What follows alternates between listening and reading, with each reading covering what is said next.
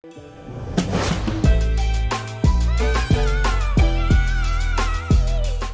Washington Wizards sophomore big man Alex Sarr has been off to a terrific individual start this season. Now, despite the team losing a ton of games, I think there are a lot of positives to highlight from Alex Sarr's game. We're going to focus on both ends of the floor, but let's start with the season stats for him. Averaging over 19 points per game, 8.6 rebounds a night, and over 3 stocks per game. He's also pouring in over 3 assists per night, and his shooting splits look so much better this season, averaging 53% on field goals, 35% on threes, and almost 74% from the free throw line, which accounts for an about 11% true shooting jump across all 3 levels, which are all career highs for him this year. He's been off to a great start individually for the struggling Washington Wizards. Now, I do think there's a lot to break down in this video, so I hope you guys do enjoy the content. Be sure to leave a like and subscribe if you do,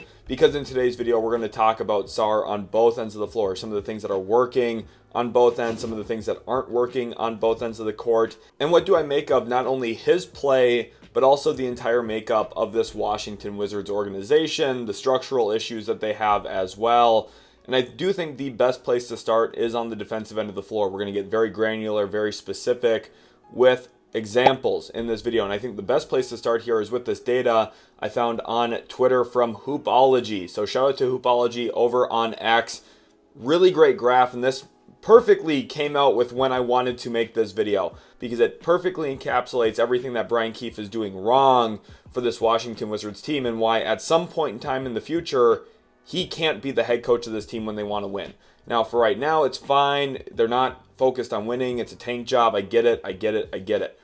But the defense is malpractice. It just flat out is. And if you look at the volume here of opponent rim field goal attempts, with Alex Sarr being the closest defender, it is just a night and day difference from all other 29 teams in the league. Alex Sarr is tasked with doing way too much for this Washington Wizards team. It's very reminiscent for me of the Detroit Pistons with Monty Williams as the head coach, when Jalen Duren was just flat out left out on an island consistently, game after game, night after night, possession after possession. And that's what the Wizards are doing right now to Alex Sarr, who, as you can tell, is so far from a volume perspective to the right. He's literally doubling up the next closest players in terms of rim volume defended at this point of the year. And the impressive thing here, if you are trying to look at this as a positive, Alex Sarr is still doing a pretty decent job limiting rim field goal percentage. Now, shout out to Rudy Gobert, by the way. Look at how ridiculous this is. But Sarr is still above the trend line here in terms of limiting efficiency at the rim, which is what makes him very impressive. We will look at some blocks. We'll look at his ability to challenge around the rim and what makes him special, which matches what we saw coming out of Perth in the NBL in the 2024 NBA draft. But the defensive problems are so severe and so bad that we have to start there. And what is happening for Washington defensively that is causing these issues? Here we see a clip against the Boston Celtics, and the small-to-small action, especially defensively, has been horrid. The communication, especially between the young guards, is just flat-out awful, and this goes back to the coaching. I know people are going to say, well, this team's inexperienced, they're young. I totally get that, but it is a coach's job to instill defensive practices and instill a defensive culture that is conducive toward winning down the road. And right now, the Wizards don't have that. And simple actions like this, where Peyton Pritchard just goes the screen out to the right wing, the Wizards constantly have this issue where they show 2 to the basketball in any small-to-small action.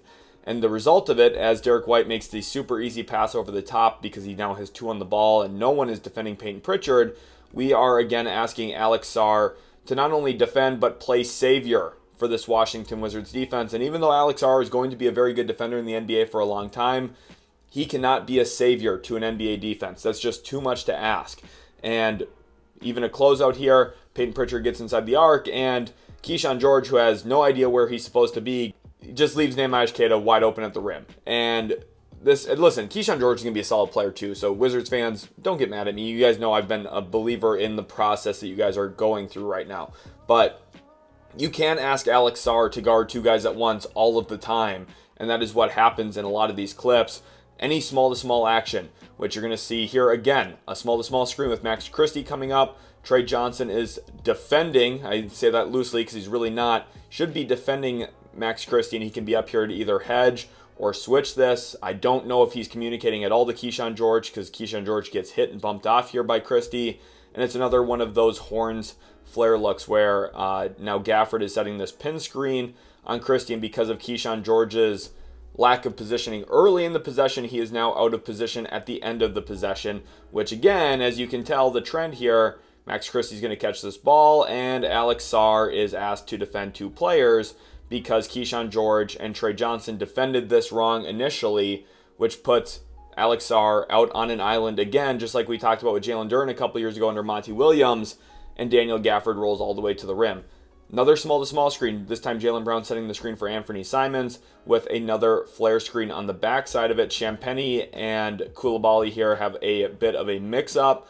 They don't defend this properly, so when Jalen Brown flares off of this, now passes up the 3, I don't exactly know why, but Champagnie, the terrible closeout, we get to the exact same picture time after time after time on every small-to-small screen that the Washington Wizards are tasked with guarding. If I was coaching against the Washington Wizards on any night of the NBA season, I would run a small-to-small screen every possession until they actually figure out what they're doing to stop it, because it's been horrid. And that goes back to the coaching staff. That goes to Brian Keefe. They do not know what they are doing, and it continues to result in Alex Sarr guarding how many players? 2 of them. Here again, he is stuck between now Jalen Brown, who has the basketball, and a rolling Nehemiah Queta to the rim with nobody in position to actually help, because the low man is CJ McCollum, and he can't make a play on this basketball if Queta goes up and meets it like he does. It's terrible defensive principles. They're small-to-small screen navigation, switching, communication, whatever they're trying to do. I can't even tell you, because they don't do it right ever. They don't do it right. And I'm honestly getting a little upset here, even recording this video, because it's been an all season long problem, and it's absolutely just terrible. Here against the New York Knicks, we get a zoom action. Part of Mike Brown's offense. I'm going to try and calm down here because I'm very upset. But Karl-Anthony Towns is going to dribble at here. And the Wizards, again, need to be aware of the zoom. So typically what would happen in zoom is OG Anunoby would come up for the handoff off of this pin screen in the corner. And the Wizards, the best way to guard this would be to have Champagnie drop and to have a high side guy here, because then you have an ability to take the cutter and you're able to cut off the high side toward the ball screen or toward the handoff. Is that what happens here? No. No, it's not. And OG Anunoby rejects the screen because Champagnie's out of position. Champagnie now chases, and Coulibaly, again, there's no communication here. They don't know who's taking what. So Coulibaly is now also defending OG Anunoby, which means nobody is defending Jalen Brunson. And he comes in here off a handoff, and Alex Sarr, who is guarding the basketball, is saying, guys, where are you at? Jalen Brunson's about to shoot a wide open catch and shoot 3 off of a handoff. How do you let Jalen Brunson get a wide open catch and shoot opportunity? That should be like a major red flag. If your half-court defense is surrendering that type of look to the best player on their team, you're doing stuff wrong. And the Wizards, in all of these clips, have been horrid defensively, and it's not Alex Sarr's fault, but they continue to put him on an island where he has to try and play savior, and he can't do it. He just can't. It's too much to ask for him, especially for such a young player. And then we get into some traditional ball screen looks. Here is a Spain action, and Keyshawn George, who I think, again, is going to be a good player. I don't know what the communication's like here on the floor, but it's not good. I can tell you that, because Keyshawn George is not communicating to Alex Sarr that the Spain screen is coming. And because of that, D'Angelo Russell is able to get down to his left hand, and Daniel Gafford is going to be able to roll down the right lane line, which, as you can tell here, puts the Mavericks in very good advantage. They have a cross-court kick to Najee Marshall if they want it. Gafford's going to ultimately fill into the pocket here. Bob Carrington's not big enough to really deal with either of these guys, and Keyshawn George, even though he's a big guard, he's not effective defensively in a play like this against D'Angelo Russell as a low man. So the Wizards, not only do they not have the personnel, they don't have the defensive infrastructure or the philosophy or the coaching habits or the technique or anything to be a good defense, which is why they continue to bleed points, which is why they'll continue to lose games as long as Brian Keefe is the head coach of this team, even though they're young. You know, listen, youth is a very good excuse to be bad defensively. That's just the reality. That's what makes the Oklahoma City Thunder such an outlier, and what makes Mark Daigneault such a great coach is he oversaw that development, and they also drafted very smart, intellectual, good defensive players. The Wizards don't have either of those things right now. Another small-to-small action here with Cooper Flagg flowing into a handoff with Brandon Williams. Cam Whitmore has absolutely zero intent of getting in front of the basketball here, and Trey Johnson is in chase behind the handoff on Brandon Williams. So again, the coaching is not good here. Nothing's great, and Alex Sarr, who goes over to help to try and save the possession, ultimately has to leave PJ Washington wide open in the dunker spot, and there's zero help to helper principle in this as well, which is why the Wizards continue to bleed, very similar to the way the Pistons did under Monty Williams. We'll start this Celtics play with a chin action here with Nehemiah Queta setting a back screen for Peyton Pritchard. As a result, Sarr has to be aware of this. He's pointing it out that he is in hedge for this action. And Alex Sarr is doing a lot of stuff right in these clips, by the way. The surrounding pieces of the defense are not. So he hedges. But that's part of the play design here for Boston, because now Sarr in drop is not in an active drop position. He is very low on this play, which is going to give Derek White some space coming off of this ball screen. Keyshawn George does a decent job fighting over, but let's rewind it, because there's an important thing that you probably missed as I was talking, that the Wizards missed while I was talking, and it is help side. C-man, C-ball. Bilal Coulibaly does neither. He has no idea what's happening to the basketball right now, and as a result, he is just blindly sprinting after Peyton Pritchard, and guess what, Bilal Coulibaly? You're supposed to be the low man as Nehemiah Queta catches this basketball. This is, again, a coaching issue. The Wizards are not prepared for games. They are not prepared to defend. They do not have defensive principles that allow them to succeed defensively. And if we go back, it continues to put Alex Sarr in these exact moments where, coming off of this, how many guys is he guarding? He is defending two players, the one with the basketball and his original matchup. And it continues to cause the Wizards to bleed points on the defensive end of the floor. This is literally layup lines for the Boston Celtics in a lot of these clips. Now here the Wizards switch, and this is part of what makes Alex Sarr such a promising player. He did this very well in the NBL playing for the Perth Wildcats a few years ago. The issue, the Wizards don't have the personnel to allow him to switch, because if Alex Sarr is not at the rim, the Wizards are going to lose at the rim. And Nehemiah Queta gets a really nice seal here on Bub Carrington, a very good pass from Derek White, leads to a dunk. Part of what I liked about Sarr was his ability to kind of toggle between being the 4 and 5 a bit. Now, pre-draft, I did say I think the best case scenario for him is being a 5, but I really want them to get another big body on their team that is good. Not Marvin Bagley, another player who can play alongside Alex Sarr and offer some size. Because if you want to maximize the switching potential here for Alex Sarr, if you had another 6'10", 7-foot body who, instead of this being Trey Johnson, if this is another big man, had they drafted Derek Queen, guess what? You could pre-switch this, and then Bub Carrington could scramble over to the weak side corner. They can't do that, though, because they are small. Even with a bigger guard like Keyshawn George, this team just is not big around Alex Sarr at all. And Sarr is already kind of a slender frame to begin with. This team is tiny. And because of that, you can't even maximize Sarr switching, because his ability to guard out on the perimeter doesn't matter if you're going to give up putback dunks and layups and seals super consistently, which is what they do. And the ball contain just needs to be better too. This is, so far we've looked at actions that have put the Wizards out of position. Another big part of the issue here is they just can't guard anybody. They can't stay in front. Desmond Bane just beats Keyshawn George off the bounce. Alex Sarr, again, trying to play savior, stuck between two guys, goes to help, and there's zero help to helper. And if you look at the spacing context here, here's the Wizards' two veterans that they're starting in Chris Middleton and CJ McCollum. You would think that one of them would realize, hey, the Magic spacing here is really terrible on a left slot drive. Maybe I should just kind of float to the paint and see if I can get a body on Goga Bitadze. Maybe that would be useful to not guard Paolo Banchero 28 feet away from the hoop on the opposite side of the court from the ball. But they don't do that, and Goga Bitadze gets a dunk. This, again, is coaching, but you'd also hope your veterans are a little bit smarter and better than what they've been for them. Keyshawn George with a bad closeout.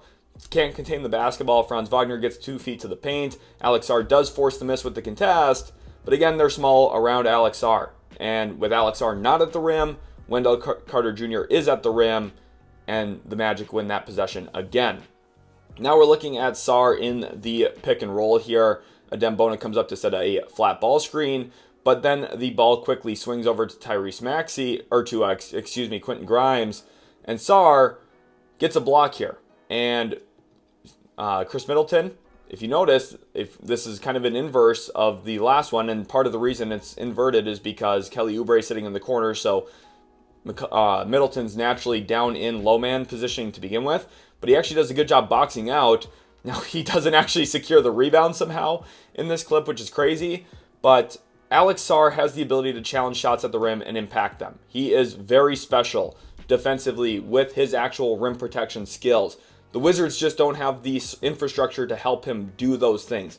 There's a lot of miracle plays here where he bails out the Wizards defense just for it to either still end up in a bucket or for it to just be like an absolute salvation play. Here he switched out onto Jaylen Brown, forces a miss at the rim, but again, the Wizards are too small around him to do anything off of that miss, and Queta cleans it up on the offensive glass.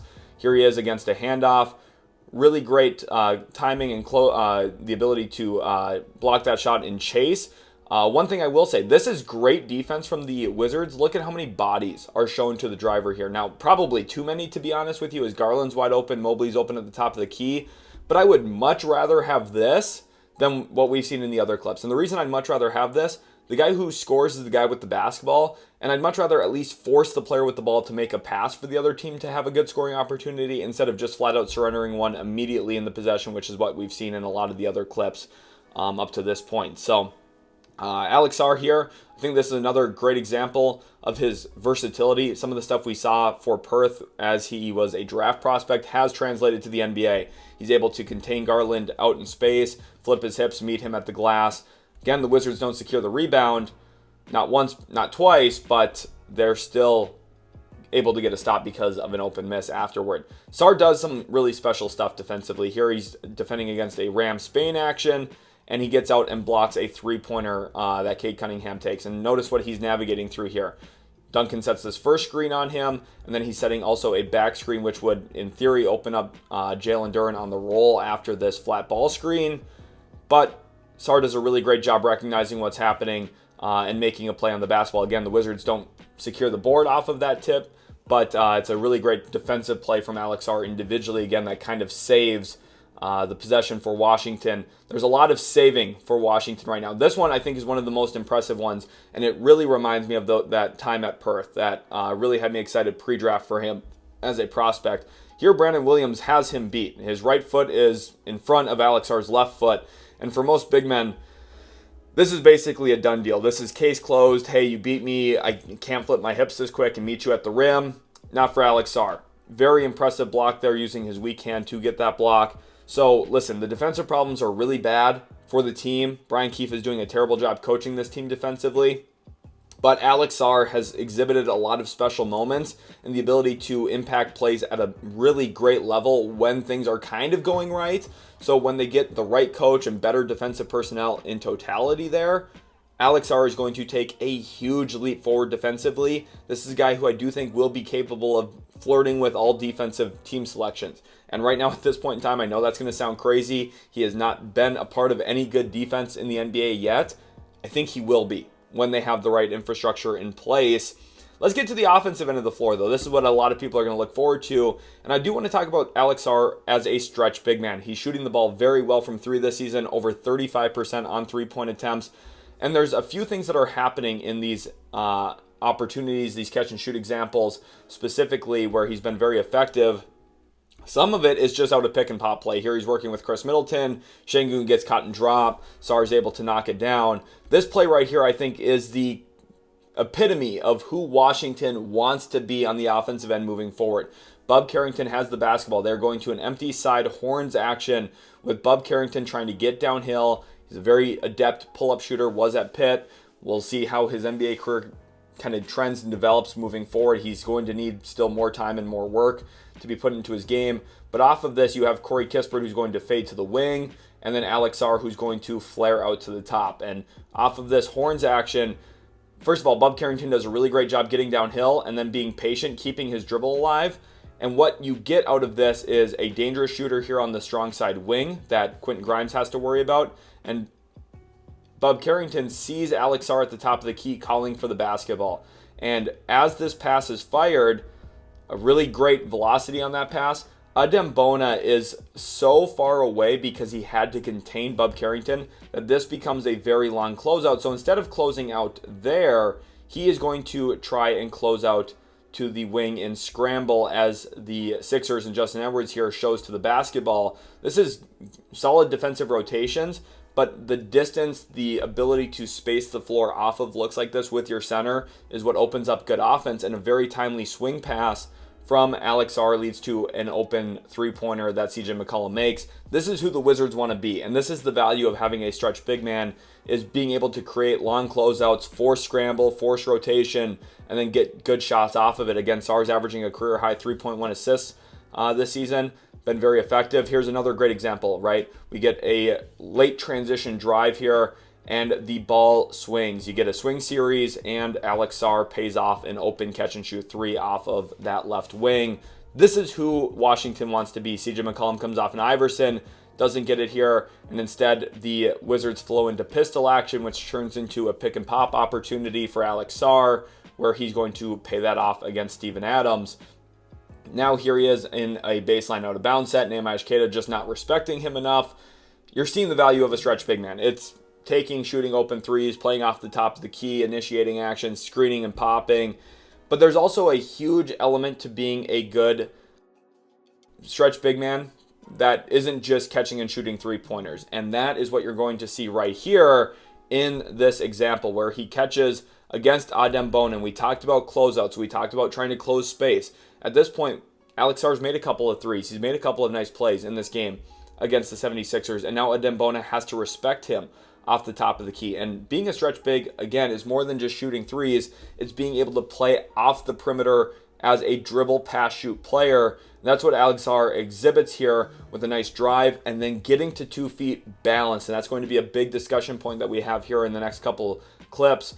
But he gets to 2 feet, gives a head fake or two, gets Adem Bonin off his feet, and then finishes at the rim. Good stretch bigs can play make off the bounce. They can take the ball off the top of the key, drive it, make plays off of it. And for Wizards fans who are very familiar with Derek Queen from the DMV area, you guys know I love that about Derek Queen pre-draft, his ability to play off the top of the key. And I think Alex Sarr has taken a huge step forward this season in some of those similar areas when it comes to playing out of the middle third of the floor, showcasing touch and footwork. And that's exactly what we're going to break down in this video. Here's a sideline out of bounds look for the Washington Wizards, which turns into a handoff. And they get Sarr the ball at the top of the key. And the middle third continues to be a big trend in my videos. I continue to talk about it. The value of the middle third is it's very hard to effectively blitz or double on drives, on touches. For example, if Alex Sarr drives this lane here, Derek White can't help because you have Bilal Coulibaly just chilling here in the strong side corner. That's such an easy pass. It makes it very hard to blitz. And for the same reason here, if Alex Sarr is driving, Jaylen Brown, if he blitzes the ball in any way, you get a back cut here or just a wide open corner three. It's difficult to defend as a team when teams like Washington is doing here work very well in the middle third of the floor. And then Alex Sarr, this is where his footwork and touch becomes so instrumental in his future upside. Part of the things that I liked about him pre-draft, he just gets to a nice fade, plays on balance, doesn't lose his footwork, and he's able to get that shot to go. Here he is working as a pick and pop big with McCollum. Doesn't ultimately turn into a screen as McCollum rejects it. But then we get to the footwork component, and he really loves that fadeaway over his left shoulder, working back to his right. And he does a very nice job knocking that one down over Evan Mobley. Here he is against Jarrett Allen. This one, I think the footwork here, I want to get really granular with it. Really great stuff from Alex Sarr on this clip, which I'm going to showcase here now. So he's working out of the post. The Cavs are electing to defend this one-on-one. They do not send a blitz or double, which I understand. I probably wouldn't either. You don't want to get into scramble rotations if you don't have to. And I think for the most part, defending in the post one-on-one is probably the best way against 95% of matchups in the NBA. But Sarr says, okay, you're going to give me time and space to work. I'm going to take advantage of that. Goes to a nice step through here, which puts Jarrett Allen in jeopardy to the baseline, which is going to force his body to slide that way to try and cut off that angle. And Alex Sarr knows that, so he hits him with a counter reverse pivot back to that left shoulder again. So there's ways that Alex Sarr is setting up his bum shoulder fades, especially to his left. One of them is this half spin here. He gets his back to the basket and then immediately goes back to the side he was working. It's a really nice way to get defenders off balance, to get them out of position. You're going to see the same thing here against Joel Embiid, where he gets to that half spin and is able to make the tough fadeaway shot over the top of Joel Embiid. So you're seeing not only the footwork leading to these opportunities, but the touch to score off of them as well. This one I thought was a really great example where he picks up his dribble strong on 2 feet. He does have his base underneath of him. He's not leaving his feet prematurely. He's not just doing what he did his rookie year where he sprints at the rim and then chucks something up just to get a shot up. And then not trusting his footwork. It's very clear over this offseason he worked incredibly hard on his footwork, and it's paid off big time because then he is able to slow his game down, set his feet, and then bakes in a shot there against Joel Embiid, who is pretty upset that that shot goes in, but good footwork leads to makes a lot of the time. Here he is now working as a driver, and you're going to see some of that footwork on display. A decel Euro against Jarrett Allen with a nice floater over the top. That's very difficult to defend effectively, especially if teams are going to allow him to play in the middle third consistently. It's hard to blitz, hard to send an extra body. He's going to be able to get some of this off pretty consistently. Here's another clip here where he goes decel, not so much of a Euro this time, but a nice decel finish against Jarrett Allen. And then in this one too, I think is a really great one, working against Josh Minot, who is not a great defender. Sarr turns the corner and then spins back over his right shoulder this time, which I think is going to be a growing area for him into future off seasons, future summer developments for him, working off of both shoulders. Not just being a left shoulder fade, but also working to his right shoulder fades. Could be a nice little addition and addendum to his game as well, which is what I want to see for him moving forward. So we talked about his dynamism as a stretch big man. Let's look at the numbers behind that.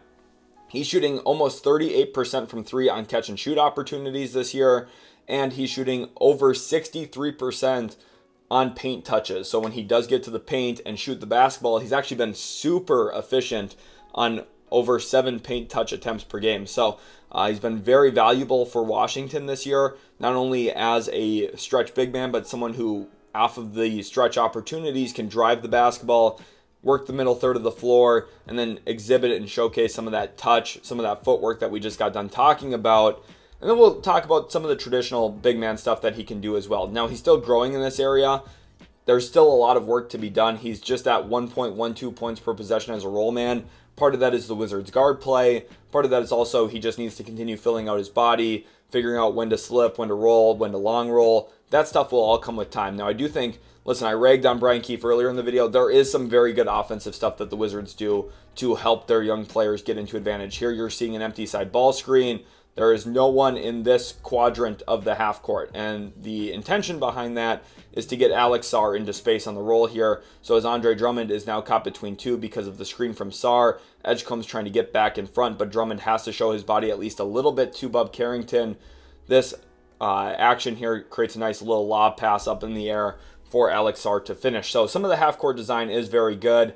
You're seeing in this one here now working with Keyshawn George. And what you'll get on the strong side of the court is a lift up from Corey Kispert. And the intention behind that is now Jabari Smith Jr. is no longer the low man, so he will not step and take Alex Sarr on this roll. So there is some good offensive stuff happening from Brian Keefe that is allowing Alex Sarr to roll into space, really create a pass there from Keyshawn George. There's a lot of good stuff happening offensively in some of their traditional pick and roll action.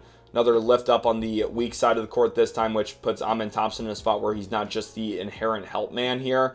And Amen Thompson, who's a one-of-one athlete, he's not even able to get in the picture here to make a play on this. The Wizards are doing a good job utilizing some of Sarr's athleticism as a finisher. And now you're seeing him work off of slips and shorting the pick and roll. And this is shorting the pick and roll is when you pass it to a third player who's not directly in the pick and roll in order to weaponize the slip, weaponize the roll to a greater extent. And especially since the Cavs show 2 to the basketball here with Jarrett Allen blitzing the ball screen, a very effective pass here from CJ McCollum to fellow veteran Chris Middleton, who leaves his feet but still makes a timely pass, gets Alex Sarr an easy catch opportunity in the middle of the floor. So like I said, there's a lot of good stuff happening on offense, at least for the Wizards, which is why Alex Sarr's offensive rating is significantly higher this year, because they're doing a lot of good stuff. Screen, rescreen here into a floater. Sarr's hands, his ability, coordination to finish, make him a very promising big man moving forward in both the dynamic stretch realm that we talked about, but also as a traditional play finisher off of guards. I thought this clip was a really great example here. The Rockets kind of in a matchup zone here a little bit. Notice Steven Adams is in a spot where he's going to want to send help toward Reed Shepherd to help him out against the bigger guard Keyshawn George. And Alex Sarr's aware of that. He's just going to sit in this pocket area and patiently wait for the basketball to come to him, knowing that, hey, again, I have the footwork, I have the touch to finish plays like this. Let's get to a little Ivica Zubats-esque 12-foot push shot, and he gets that one to go with ease. Here he's working off a dribble handoff. Luka Garza, who's one of the worst pick-and-roll defenders in the entire league. Anthony Simons, who's one of the worst screen navigators in the entire league. This is a recipe for disaster for the Boston Celtics defense. And again, you see that weak side lift up as well, which puts Sam Hauser in a spot where even if he gambles on this and tries to get into play, he's still not there enough. Sarr is able to clean up the miss from Carrington and put it back, with Garza still trying to retreat out of his drop coverage. Good offensive process here. Here's Sarr working off the bounce a little bit as a delay trail big man, and then he gets the tip put back lay to go as well. So you're going to see a little bit of offensive work on the glass, put back lays, put back hooks. A lot of normal traditional big man stuff that you can rely on, which now leads me to some of the playmaking upside that he has. Here he's running a high splits look with the Washington Wizards, and the Wizards have put the ball in his hands to make reads a bit. Here he is again. Going to see another set play action here with Carrington cutting down the middle of the floor, and then you're getting kind of this interchange DHO action here with Corey Kispert, which I honestly think is a really good set play, something I'm going to steal for the future. But it ultimately puts Najee Marshall in a really late chase, which gets Kispert a super wide open three-pointer off the handoff. So they are using Sarr to initiate action, initiate plays, and he's been very productive in it. This one was a really nice one for me, a little give and go with CJ McCollum working together in tandem. You love seeing stuff like that where you can get creative on the fly, figure things out together because it makes your offense really dynamic and difficult to guard. Here he is leading the break. I think this will be a continuing bright spot for the Wizards moving forward, that Sarr is able to grab, go, lead the break a little bit like an Evan Mobley, like we see from a Jalen Duren, like we see from some of the more dynamic bigs around the league. Here he is attacking in a 4-on-3. Now there's a couple things on this play, right? So the Mavericks here tried to get a steal with Daniel Gafford, and ultimately Gafford trips Max Christie. There's a couple things I want to highlight. So first of all, Sarr does make the right read at the end of this play. He will throw this pass to Keyshawn George. The issue is he's late on this. And Wizards fans, again, I'm not nitpicking. I'm pointing to areas of improvement and development because Sarr can be way better than he is right now, which is super promising and should make you very excited. The issue is he's a little late on reads, and had Max Christie not tripped here, he would have probably sprinted into this play. So the timing does matter. Now, it ultimately doesn't on this specific example, but in future examples it will. And also the accuracy of that pass. I've talked about passing in previous videos. You look at passing it like hitting a door. And a good pass will hit a door. A great pass will hit the door handle. And I want to see more great passes from Alex Sarr instead of good passes that hit the door frame. And right now we're hitting door frame on a lot of passes. But that's okay. He's a big man. He's growing. He's learning. He's evolving. But it needs to be better so that we don't get turnovers like this, where he hits the lower end of the door frame and Trey Johnson, as a result, can't catch it instead of getting a wide open catch and shoot corner three like he should have.